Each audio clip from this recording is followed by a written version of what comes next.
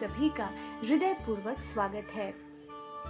भगवान श्री कृष्ण ने कार्तिक माह के शुक्ल पक्ष की प्रतिपदा से सप्तमी तक गोप और गोपियों की रक्षा करने के लिए गोवर्धन पर्वत को धारण किया था।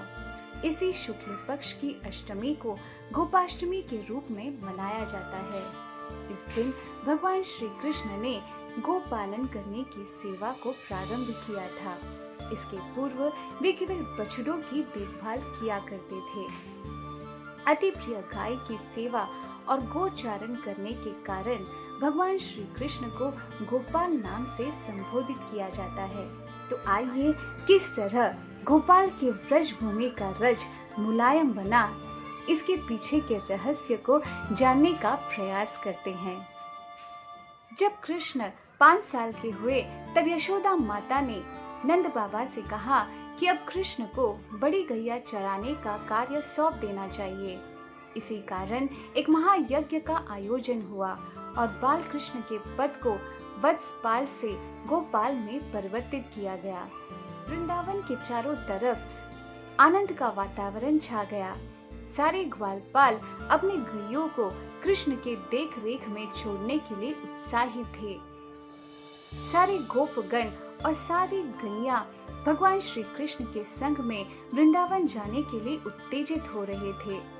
चारों तरफ हर्षोल्लास का वातावरण था और सारे लोग वृंदावन जाने की तैयारियां कर रहे थे।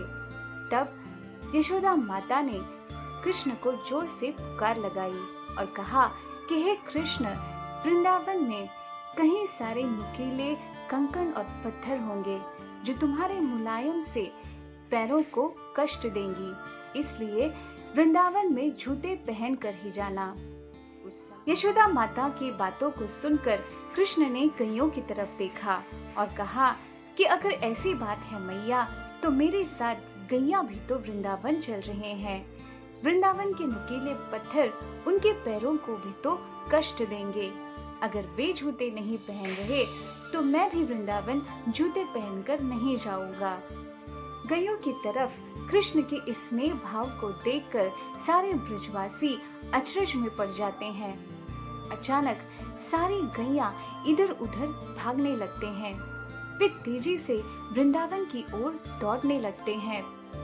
वृंदावन के सारे नुकीले पत्थरों को वे अपने खुरों से कुचलकर उनका चूरन बना देते हैं, ताकि जब कृष्ण वृंदावन की भूमि को स्पर्श करे तो उन्हें किसी भी तरह का कष्ट न पहुँचे। गोपाल और गैयों की यह सुंदर लीला को ही गोपाष्टमी के रूप में मनाया जाता है।